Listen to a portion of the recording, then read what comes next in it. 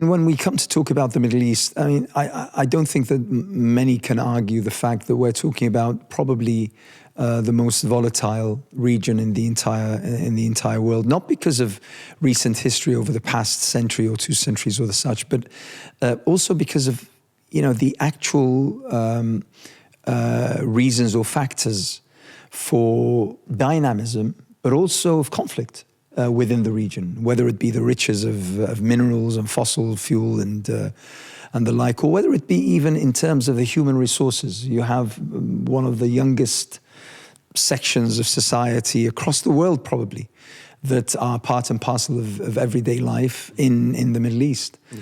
And obviously so many issues. I mean, whether it be the Mediterranean, whether it be the issue of migration, whether it be all of these issues. I mean, they make the Middle East one of the most volatile, probably one of the richest, one of the most promising, one of the greatest potentials. But it's one of the great paradoxes of the region. You have immense wealth, vast riches, but chronic poverty. Yeah. Poverty on a level, that is uncomparable on a global level. I mean, this is a region where poverty is on the increase. Yeah. In other parts of the world, it's decreasing. Yeah. And you mentioned the Mediterranean. Well, in 2019, the BBC did a survey, and it found that young people between the ages of 18 and 29, half of them wanted to migrate. Yeah. Half of them, because there are absolutely no opportunities in this part of the world. You mentioned this, but in 2011 or 2012, a research center that was based in Germany and established an office in Baghdad did a survey of something around 6,000 or 7,000 under 35-year-olds, men and women across the religious sections, the ethnic sections and the such of Iraqi society. And over 93% said that if given the chance to leave the country, they would. And like you just said, it's such a paradox, because we're talking here about Iraq, one of the potentially richest nations in the entire world, with one of the greatest oil reserves in Czech, but unfortunately an absolute failed political system that leads its own people to wish to leave. In the long arc of history, I mean, there should be no reason why the youth in the Middle East should want to leave the region. The region, as we know, has been the engine for economic growth around the world. Yeah. Without Middle Eastern oil, there would be no economic growth, which we've enjoyed in the West, and including China. China is the biggest importer of Middle Eastern oil. So China has elevated 700 million of its own citizens from poverty to middle-class income. It wouldn't have been able to do that without Saudi oil, Middle Eastern oil. So it has enough money. It has enough money to feed its own population, to lift them from poverty and provide the basic needs. I mean, but politically, it's not been able to create the right kind of arrangement to allow for that, where the focus and the goal is the citizens, is the populations and the people that are under your control in your territory. Until that mindset gets changed, and in an arrangement where politicians feel responsibility towards people who are under their control and domination and sovereignty, you're not going to have that change. When we talk about politics, and I'm pretty sure that we're going to agree on this, I mean, obviously, the wrong kind of politics, I mean, essentially that we're talking about. But are we talking about ingrown politics that are local, that have failed to realize the potentials, or are we talking about the kind of international global politics that sees this area as an area that simply cannot be let free of their clutches for the very reasons that you mentioned? We're speaking about both of them. The local politics, in a sense, without doubt, has failed the people of the region. And that's primarily because of corruption. You would have, Tunisia is a classic case under Ben Ali, where, over 100 companies that were linked to his family had siphoned off over 20% of the national wealth. So in a situation like that, it's no wonder why you have, why the region is the only region in the world where that tops the list of unemployment. For the last 25 years, the Middle East has been at the top of the countries with unemployment. And as you said, there's vast riches, human, over 300 million people. But 65% of them are living in abject poverty. I mean, just look at Saudi Arabia, for example. It's the modern day gold rush, you can say. In terms of the amount of money the Vision 2030 is willing to invest, trillions and trillions of dollars. Who is employing? It's mainly Western, experts and consultants, consultant companies. Why doesn't it have a population which is dying to have these jobs and lift themselves up from poverty to middle class and, on a different scale? I mean, I guess, when you look at, so you have the case of Saudi Arabia, and it's well publicized. We all know about the mega projects. We all know about the sort of Vision 2030 that the Crown Prince has espoused and is working towards. And regardless of the controversies within, whether it be ideological, religious, ethical, whatever, but as you put it, if we looked at the mere economic, it just simply does not make sense that a single Saudi citizen is hovering around the poverty line, let alone over 25% of the population. It doesn't make sense that, there is a single Saudi family that don't actually own their house outright, when in fact, it's only 22 to 23% of the Saudi population who own their house outright. That's fine. But again, if we're looking further afield, countries like Algeria, I grew up reading about Algeria being one of the most important oil-producing nations in the world.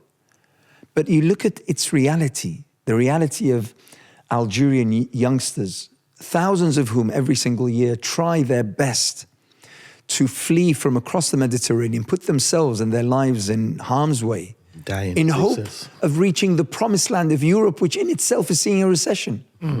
So,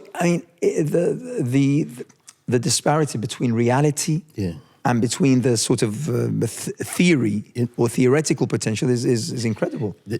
One thing I want to mention here, and I think Nassim touched on it, is the whole involvement of China, and it's the development that it made over the last decades. And since 2004, because I'm mentioning this because, at the end of last year when Xi Jinping came to the Middle East and the big summit and so on, there was a big, hoo-ha about the whole thing. The truth is, China and the Middle East has been involved for over 6 decades. And in 2004, they formed something called the China Arab States Cooperation Foundation. Correct. What the Chinese have benefited. Absolutely. They have invested in the region, and but what have our people in the region gained? That's the problem. And and a lot of the agreements that were made, was about human resource, development training, scientific training, research, etc. We're not seeing that being translated on the ground, and I think, despite these agreements, looking forward, we have to ensure that the people of the region benefits from these agreements, not just the Chinese, not just the Russians.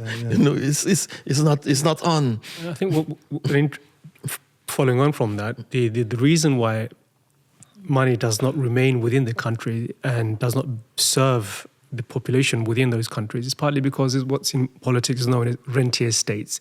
Countries like Saudi Arabia and many other countries in the region, I think every single one you could say, within the global system, they're more like rentier states. They serve the purpose of other countries.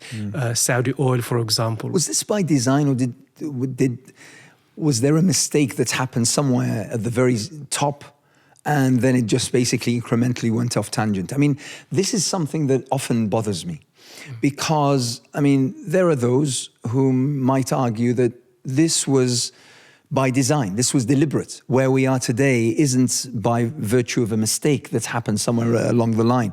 This was the plan from the very, very start, that the riches that are flowing from these countries, for these nations and the such, they are flowing for the benefit of others.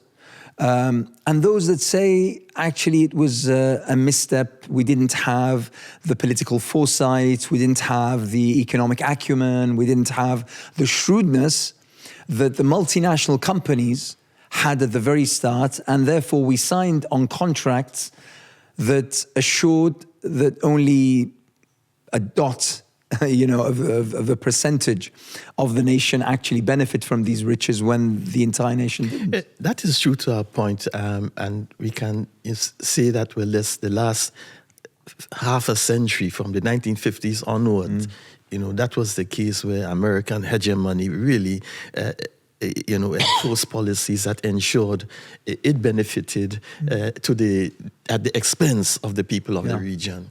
But I think there are signs that things are changing in this regard, and for the better.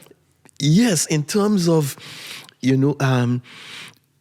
having a greater control over the resources, and particularly the oil, because they recognize that the world is moving in a direction where we want to lessen our dependency on fossil fuels, and what the leaders in the region, the Saudis and the Emiratis in particular, and the Qataris to some extent, they recognize now that they have to benefit now before, this whole thing is scaled back. Yeah. So, and one of the reasons why it happened was because the United States, for almost a decade between 2009 and 2020, they began to pump shale oil. Yes. Which undermined the prices of oil, for the Middle Eastern producers. Yes. So they woke up to the reality that the Americans were undermining them. So what they did in 2016, they brought Russia into OPEC and formed the OPEC Plus. Russia and 11 other oil-producing countries to protect their interests. All they have is this oil. Yeah. So I think in that sense, it's positive. It gives us hope that the days when America would dictate are coming to an end, and people in the region are waking up that it's time to have a greater control over their resources. Also, in recent memory, although it's been 12 years, but we had the advent of people rising against the political structures. And that coined, whether rightly or wrongly, the Arab Spring, remains to be one of the most remarkable advents of the past 50 years across the world, I would argue, where out of the blue, out of nothing, in a country as small as Tunisia, which very few people talk about, managed through peaceful protests to change its leadership. Let's not go further and say the political structure, because evidently it didn't. No. But that was a big thing, especially that you're talking about someone, just like you described, that was siphoning over many years almost 20% of the country's GDP, and a brutal system that is followed by Egypt, and followed by advents in Libya, in Syria, in Yemen, in various other countries, that actually showed that there was the people had an issue that they wanted to pursue. And there was sufficient awareness, there was sufficient understanding, maturity of thinking probably, to see that there needed to be radical change, but not along the lines that had long been proposed by extremist groups such as Al-Qaeda and Daesh and the like, by virtue of using force and violence, but by peaceful protest. It was remarkable. It was something that showed the actual potential, I would suggest. I mean, okay, the economic potential we can put figures to. But this potential you can't really numerate. You can't really put a value on and say, well, this is worth, a couple of trillion. Because it's invaluable and it's there. It's in the cultural memory now. It's in the memory of the inhabitants of that region that we can, if we tried, rise up and change the system, change the arrangement. But I think the verdict is still out on how historically that would manifest. Will, in the end, the Middle Eastern countries have a transparent government, democracy, and all those things they aspire to?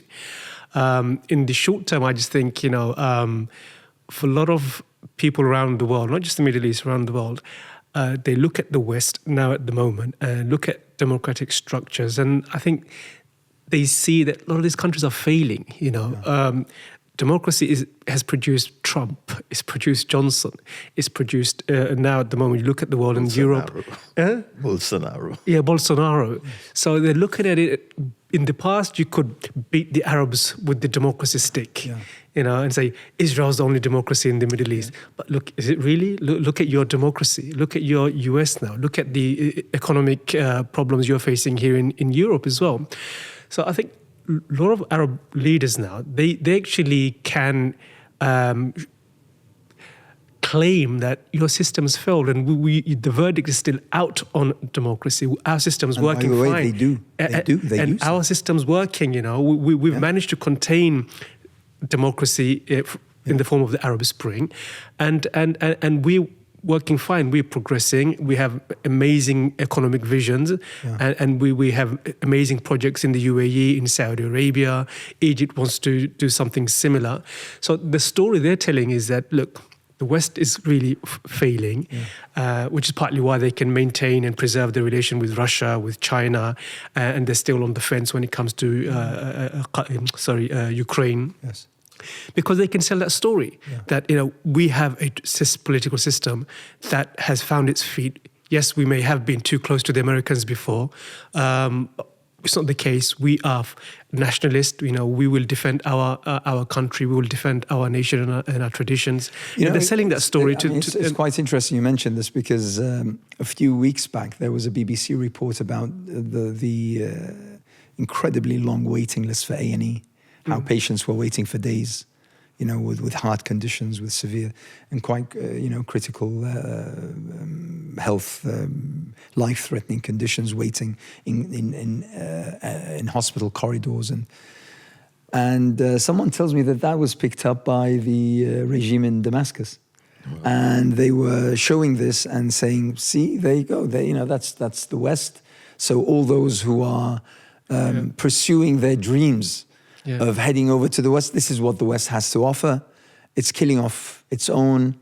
People are suffering and such. It's farcical to some extent, but it's also it has a little bit of reality because the West is actually failing. I mean, if you look at democracy, you could argue that democracy, and I'm a promoter of democracy. I wish that we had democratic systems, but often those democratic systems fall in the wrong hands. And at this moment of time, we're seeing across Europe that through democracy, we're seeing the rise of far right and racist, fascist. Well, Hitler came to power through democracy. Exactly. Not that I don't want democracy. I'm just saying the possibilities of various extreme forms of government is always there. I mean, we had in America, we had Trump, and I would suggest that those 4 years of Trump dealt a blow to the concept of democracy like nothing else. Yeah,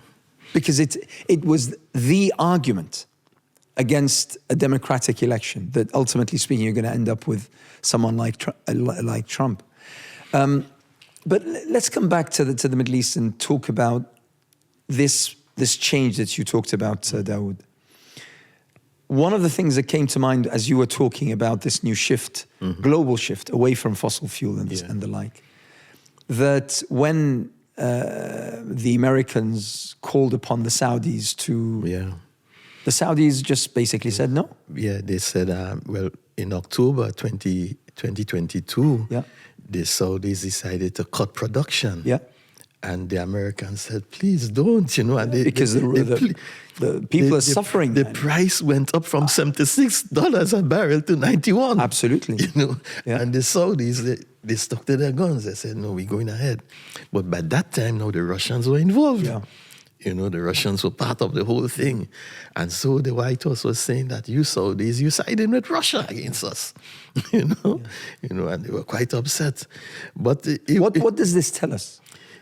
Does it mean that America is less relevant to the region than it used to be? Does it mean that maybe, and I'm going to bring in one of the events that have marked the past year and a bit, like nothing else, which is the Ukrainian war. Yeah. Is it at all possible or conceivable that whilst militarily the Russians haven't made the kind of wins or gains that they were hoping for or they were threatening to make, but they have made incredible gains strategically, economically, in terms of their reach within a region that was monopolized by American hegemony in the past? Absolutely. Because if you remember, when we go back to the 1980s, the Saudis and the Americans were hand in glove against the Russians, against the Soviet Union.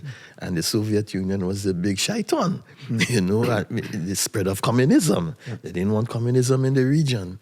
But things have changed. And it's not ideological. Yeah. It's not that the Saudis espouse the same ideology as the Russians. It's about bread and butter issues. It's about the oil. It's about, their standard of living, and they want to protect it. And I think what happened, in the 2 decades before, after 9/11, the Americans squandered their money and their assets in Afghanistan and Iraq. They squandered it badly. They lost credibility. They lost their assets and their credibility. And now they they created a situation where the unipolar, international system that we knew before, that is changing today. Yeah. That is changing rapidly, and you see new powers emerging from the south, from the global south, as well as from the north. Right. Russia is coming back, China is there. So the Pax America is over. Yeah. The era of in the Middle East as globally. In some ways, that was inevitable because America and the Middle East was kind of a strange alliance ideologically anyway. The only reason for US being there and having as much influence it did is because, of course, its dependence on oil in the past. Yeah. And, of course, Israel's security is paramount. It still is. But there really isn't another argument for the US to be there. And now we're seeing with the war in Ukraine, why many of the Middle Eastern countries prefer to do business with the Russians and the Chinese, because all these years they'll be told, sort out your human rights, where's your democracy? So yes, they'll be doing business with the Saudis and the Middle Eastern countries, but they will also be humiliated somewhat, what are you doing about human rights, and there's all this condemnation and criticism, and no one wants that. And I think what you're seeing now is a departure from that, where they see a better fit in terms of political model with the Chinese, with the Russians, and they're happy to do business with the Chinese and the Russians. And if they can just provide security and sell them arms and weapons, they don't really need the Americans. If the security threat is taken away from Iran, and from their point of view, from the Islamists, as they call them, they really don't need the Americans. But I don't think, Nassim, that they would turn their backs on the Americans entirely. Or go against them and challenge them on the... They can afford to. They wouldn't do that. Yeah, no, but that's right. It's a question of, putting hanging their bets, where the interests are. Yeah. If they're going to get some interest, some benefit from the Chinese or from the Russians, they will do that. But I don't think it's a question of going against the Americans. Definitely, you're right there. I don't think they will, partly also because the Middle East loves American culture. They don't want Chinese culture. They don't want Russian culture. Yeah. They consume American culture from food, from the movies they watch. They speak English many as well. So, no, they will not completely divorce from the Middle East. But I think they want to find a they want to be in a position, in an arrangement where they can be authoritarian as they like. They don't want that condemnation, and at the same time continue with their alliance, economic alliance with Russia and with China. But I don't think that can be maintained for too long, because the way the war is going, I think America will say, this is the red line. You have to stop. Let's see. I think one of the litmus test on this is the 5G issue. Was that company, the high-tech company? Hawaii. Yeah, I need the Americans banned them, the Canadians banned them, the Europeans, and the Saudis went and signed a memorandum of understanding with them. Yeah. So, because they want the technology. Yes. So far, the Americans have not taken any action, neither the Europeans. Let's see if, how far the Saudis will go on this. But it's like playing political chicken, and seeing who blinks first. Yeah. But let's, obviously when we're talking about the Middle East and we're talking about the political realities, I think that few can argue against the fact that we have three main powers that provide the markers of shifting elements or dynamics or the such. Obviously we have Iran, and you mentioned Iran, and we have Turkey, and we also have Israel. Yeah. Those three elements, I think, are quite important to understand exactly what are their aspirations and how far are they prepared to go in order to realize those aspirations. Yeah. Let's talk about Iran for starts. Obviously the Saudis will make a huge thing about Iranian threats. Threats, whether they be political, whether they be expansionist, whether they be ideological, whether they be economic, they'll make a big thing about. Not just the Saudis, the entire Arab League. Absolutely, absolutely. Arab League. Obviously, the farcical part of that is that amongst the biggest trade partners of Iran happen to be members of the Arab League itself, such as the United Arab Emirates and the like. But still, what does Iran want? It's influence. It's to spread its influence in the region. Is it an ideological project? Or is it a mere political project that has the guise of ideology? Well, at its core, it's an ideology, isn't it? It's not simply we're a country, we just want to sustain our economy and our population. It is an ideology at its core, just as America is an ideology at its core. At its core is the idea of democracy and trying to spread democracy and human rights claims around the world. According to its own version. It's gone to wars in the name of democracy and whatnot, democracy promotion. Iran, likewise, I think it's at its core, it's not just a country, it's an ideology, and it wants to spread its ideology. Like any ideology, it wants to have a military to back it, to spread and advance its influence around the region. So it's no different to any other Soviet, for example. The communists, states are based on communist ideologies, and when you have a state like that, then of course, if you want to spread that, then you are going to do that, because your whole raison d'etre is to exist as a communist country, spread their ideology. Your whole raison d'etre as an American is to not just be a country, but also spread your ideas. Iran is of that mold. It's not simply Bangladesh, let's just survive, We want to also do something more than that, which is to spread our ideas. So it's in Syria, it's in Iraq, it's in Lebanon, it's in Yemen. It supports some of the Palestinian factions.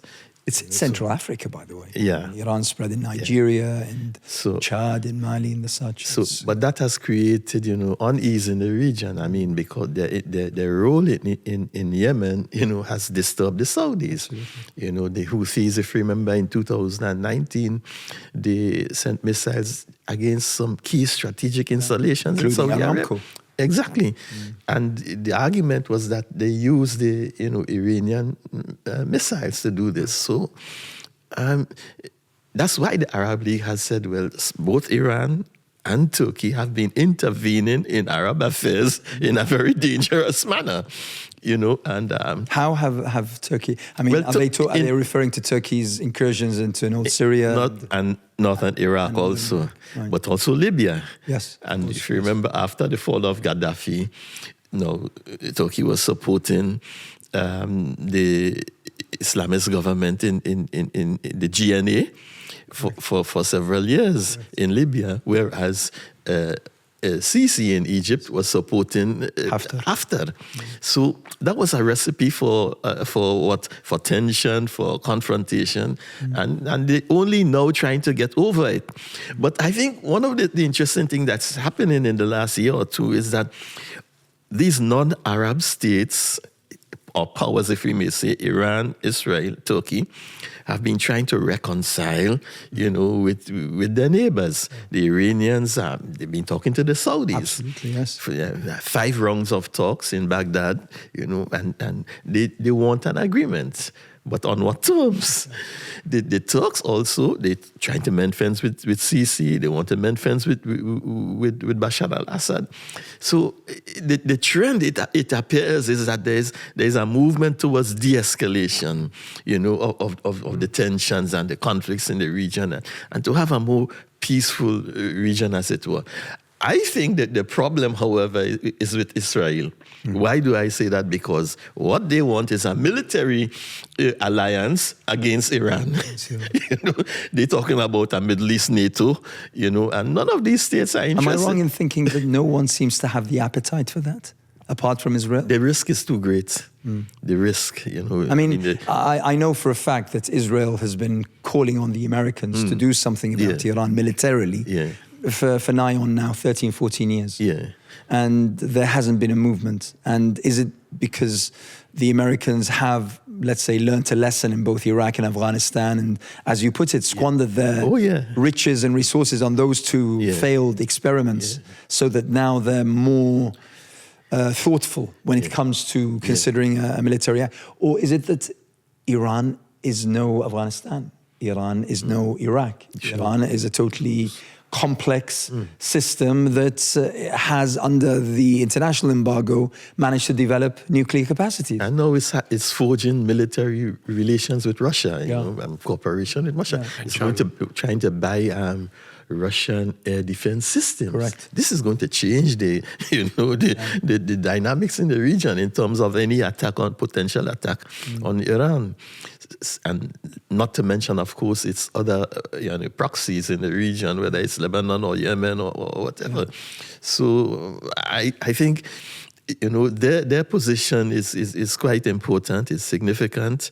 And but coming back to Israel, I mean, we know that every few weeks Israel does an incursion in either Syria or Lebanon or the such, It's partly able to, because I think Russia turns a blind eye.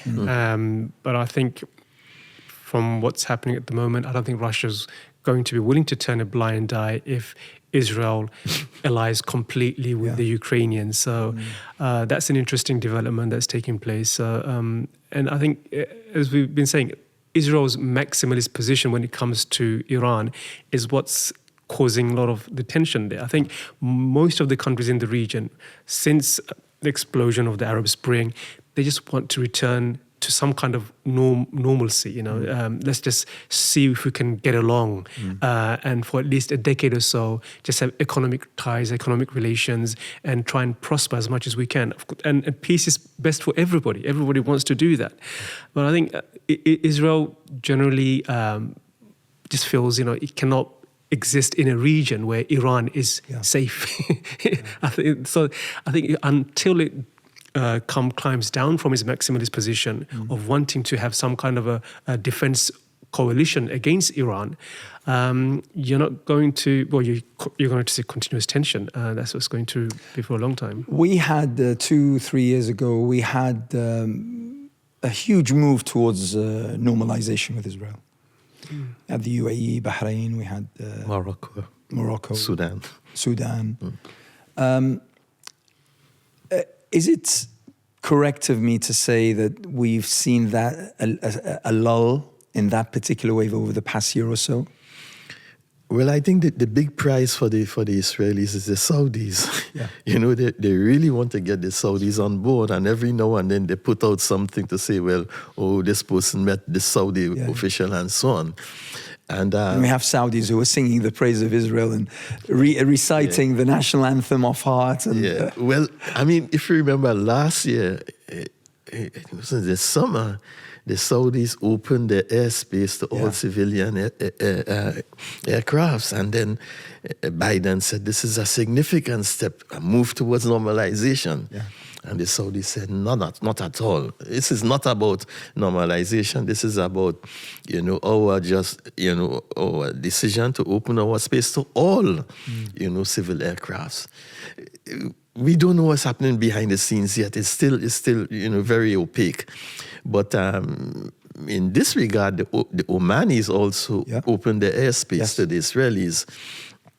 So, but I think for the Israelis, their main prize is the Saudis. Once they get the Saudis on board, this is going to give a greater sense of legitimacy and, approval, if we may say, to the whole normalization project.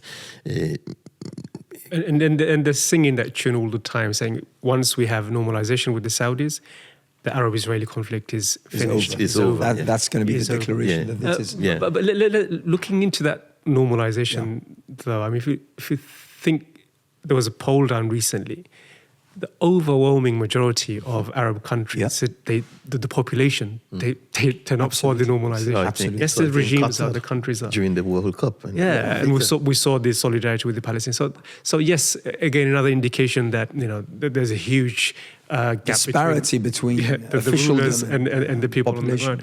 And also the normalization, which way is it? You've got, let's take UAE for example. A lot of Israelis go to the UAE and you get this image, UAE is so open and they're doing business with Israelis, and they are to some extent.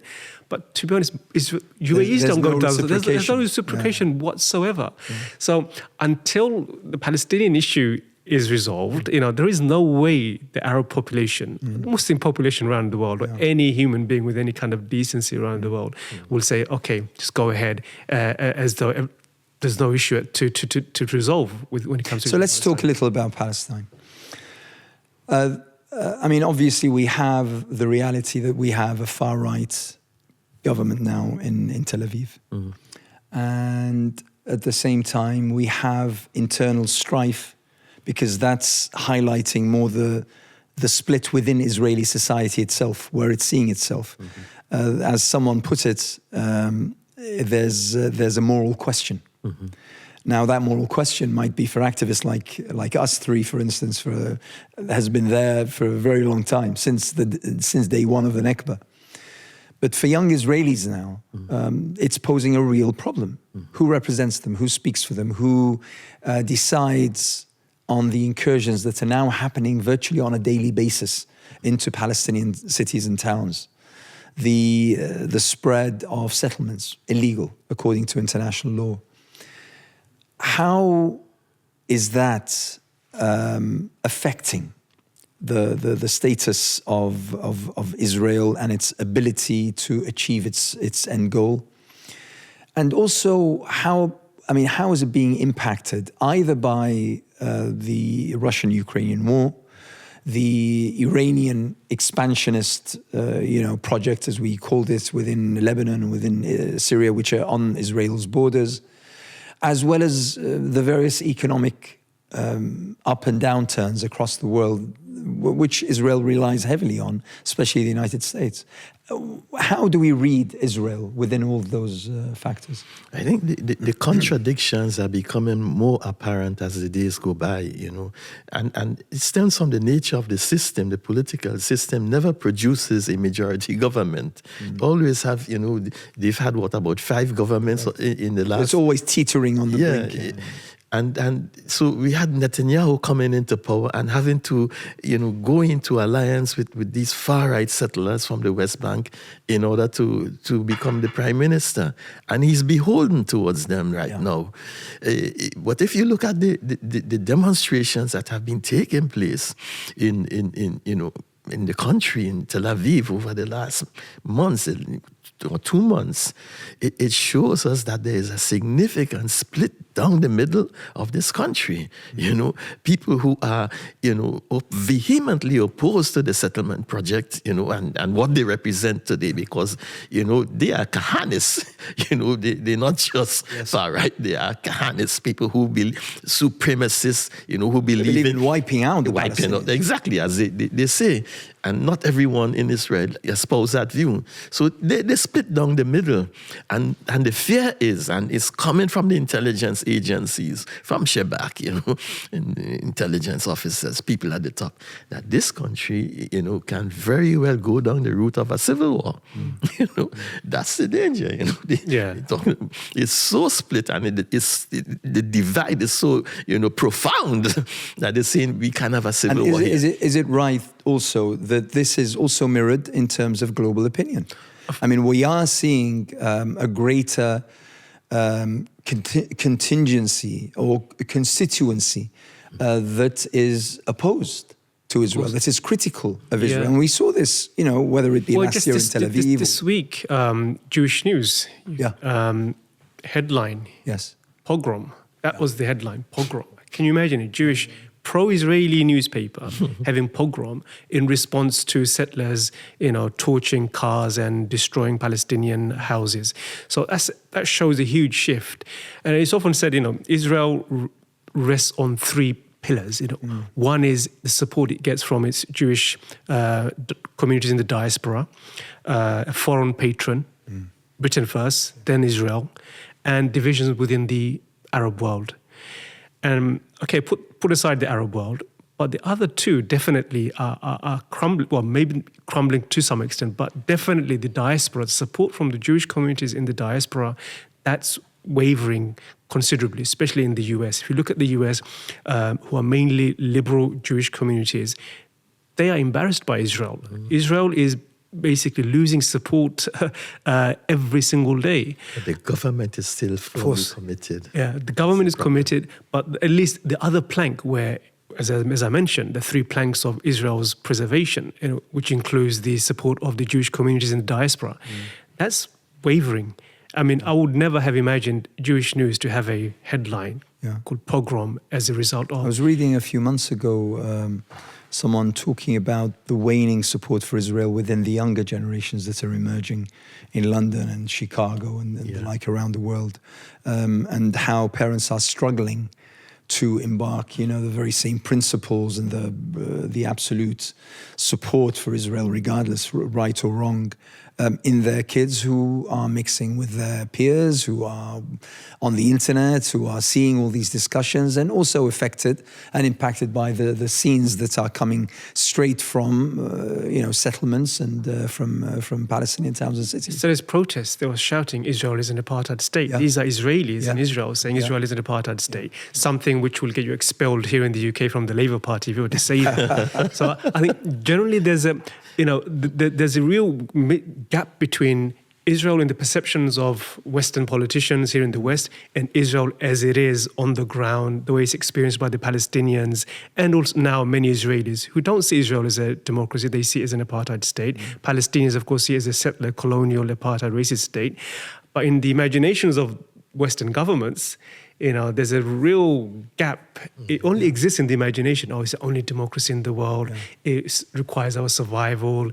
We need to support it because of what happens in the past. But I think that image is slowly crumbling. Yeah. And they're seeing Israel for what it really is through the extremist right-wing governments. Maybe that's one of the reasons why we are seeing more brutality on part of the Israeli authorities. We're seeing direct action and total disregard for the cameras that are all around the place. And they are, how many clips have we seen over the past 24 months of direct, shooting, a blank point of shooting because Palestinians? they enjoy impunity, that's the bottom line, and supported also by the whole, normalization project. They feel that, Well, I mean, it has been written into law in treaty. I mean, when Biden went to Jerusalem last year, he signed an agreement, a strategic agreement, security agreement with Israel called the Jerusalem Declaration, in which he promised to oppose any diplomatic and legal attempts by Palestine to hold Israel to account for its human rights abuses. Yeah. Imagine, he signed that, so whether it's in the UN or whether it's in the ICC, they're going to oppose it. Yeah. It doesn't matter whether it's a close range, point blank shooting of a 15-year-old. They're going to oppose it. So they enjoy that. And then on top of that, now you have states normalizing relations as if Israel is a normal state. Yeah. It's not a normal state, but they're going ahead with this, this project, and that encourages them, makes them feel that they are accepted, they're part of the region, part of the fabric of the region, and it's business as usual. But on the other side, we're seeing also a rise in Palestinian, I would say, steadfastness, formidability. It's something that I have to say is incredibly impressive. Impressive even to people, friends of mine, who were sort of on the fence. And would sort of mildly support Israel, generally speaking, thinking that the Palestinians are the troublemakers in this scenario. But the likes of Al-Kurd and the likes of other English-speaking people, very presentable to Instagram and to TikTok and the like, all of a sudden have their own fan base, and they're conveying a message that was virtually absent, 20, 25 years ago. Now that message is prominent. And that message is often seen as probably even more effective than the narratives being put forward by the Israeli ambassador to London or to Washington or wherever they may be. And that, I think, is creating... Now, I wouldn't dare say an equilibrium, because there is no equilibrium in this case. Yeah. I mean, we're talking about the Palestinians who don't have an armed forces, who don't have an intelligence, who don't have the weapons, who don't have the means to merely defend themselves. But an equilibrium in terms of reaching out to public opinion. I would venture a guess and say that in the past 2 or 3 major incursions, whether it be in Al-Aqsa or Quds or that on the PR point, Israel lost. Yeah. So are we seeing some sort of shift in terms of how the world is seeing Palestine, how the world is seeing Palestinian resistance to Israeli brutality? One of the things that's really highlighted with the Ukrainian war, we know, is the double standards. But more important than that, I think it's really undermined Western democracies and their claim to uphold international law. And that's because of their inaction and policies in Palestine. People see Western policy in Ukraine through the lens of Palestine. So just their perseverance and their sumud, as we know, their determination, resistance, is in keeping the Palestinian issue alive. They have exposed the hypocrisy and the double standards. And that, in the long run, I think a lot of these Western governments don't realize. If you go on social media, the number of people are saying, well, what about Palestine? What about Palestine? So on top of that, you've got the COVID issue as well, which has also put doubt into citizens and civilians in Western governments. So one of the reasons why democracy is in peril around the world is partly because people have lost trust in their government. Why have they lost the trust in their government? Because you're failing when it comes to Palestinian issues. I mean, I remember 10 years ago at a EU meeting, I asked that same question to EU representatives saying, your inaction in Palestine, don't you fear that in the future, your civilians will look at you and say, look, you guys are failing. You're not the one, you're failing to uphold the very law which you say, you uphold. And as a result, you'll lose all legitimacy. And I said, yes, that threat is always there. But we now see the consequence of that. The consequence of years and decades of failing to uphold international law is that you've undermined the very democratic structure and fabric which you've built over many, many centuries. And the Palestinian issue has done that. They've shown the hypocrisy and the double standards. Because at the end of the day, parliaments, governments stand on a story. The story is that we are free, we are upholding democracy, we are upholding your rights, we are defending you, and we are for the rule of law. That's a story. Correct. So, but if that story crumbles by simply looking at Palestine, people start doubting you. And then on top of that, you bring doubts through the way you handle other disasters like COVID, then you have a whole population. They lose trust. And the consequence of losing trust that's quite important. is a destruction of democracy. I mean, that's extremely important. And I think that all of us who have been following this have noted how over the past 2 to 3 years, particularly in the United States, when any word of criticism against Israel would never, ever be heard, all of a sudden we're hearing quite loud voices in Congress. And, it's and on media, on the mainstream media, whether it be in the CNN or CBS or Fox or the such, where people are coming on and saying, giving the perspective that was never, ever allowed any kind of air or space before then. So let me try to, from all of this, what do we expect to happen for the next 3-4 years? I mean, we're not looking into a crystal ball here, but based on the facts that we have, based on the kind of dynamics that we have, obviously there are outstanding issues like the Ukrainian war, how that will pan out, for how long that will continue, and what kind of reach it will have. Will it go beyond the borders of Ukraine? Will it reach into Central Europe? The economic crisis, the recession that we were threatened was going to be one of the worst in living memory. Various other, about China, for instance, and how China will make its move.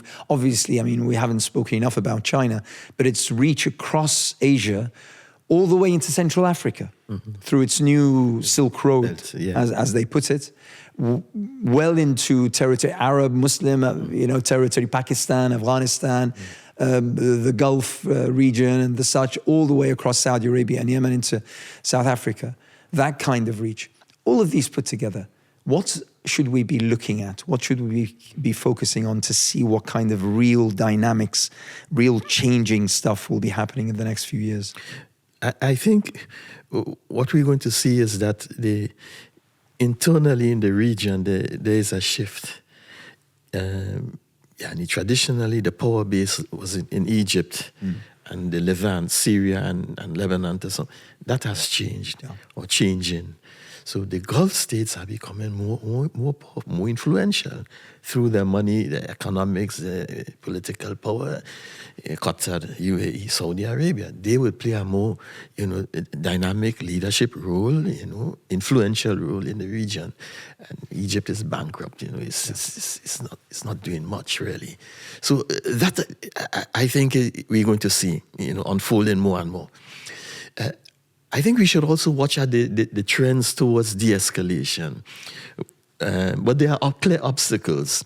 I'll give you an example. The Turks and the Egyptians, they have a problem. Not only in Libya, but for the energy resources of the Eastern Mediterranean. Exactly. And the Egyptians, they signed an agreement with the Greeks. Absolutely. In as much as Turkey wants to de-escalate and to have some agreement with Egypt, I see this Eastern Mediterranean energy problem as a stumbling block. So that might not go forward. And there is mistrust in Syria. The Syrians are not ready. They're going along with it because the Russians want them to do it, but they're doing it reluctantly. The global influence, I think Russia and China, their influence is growing in the region. There's no doubt about it. Because of the perception that America has withdrawn or is retreating from the region, focusing on the Pacific. And that perception, it created a sort of vacuum, or opportunities for Russia and China to advance their interests. But the crux of the matter is that the people of the region are not benefiting from these relationships with China. I mean, there was a free trade agreement as early as 2004 with the Gulf states. What have they got? Nothing to show. It's still in its primary stages. It hasn't developed. So the international relationships, alliances, in as much as they appear to be changing, we're not seeing it trickling down on the ground in the region. Palestine, and I stop here. The whole thing about the premise of the American policy in the region is to have a Middle East peace that excludes Palestine. It brings in Israel. We settle the regional, dispute with the Israelis. But the whole thing about Palestine is, that is not going to happen.